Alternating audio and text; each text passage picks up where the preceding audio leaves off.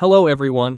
Today I'll show you a clever setting that's enabled by default on every smartphone and can perform certain actions, ones that, in my opinion, no one would want.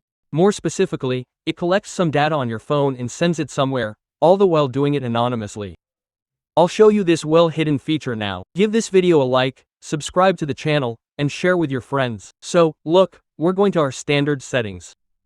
Here we need to find the Advanced section. Then, Accessibility, and then go to the Vision section. Find Speech Synthesis, click the arrow on the right, and find the line Default Speech Synthesizer. This is very important. Look, if we specifically click on this line, we get this menu. Basically, there's nothing to click here, there's nothing else. There. But there's this arrow on the side. We specifically click on this arrow. Sometimes you click it, but it still takes you to this menu. So try clicking it repeatedly. It got there the first time. It'll take you to another menu. And here's the Anonymous Speech Synthesis Reports setting. It's enabled by default.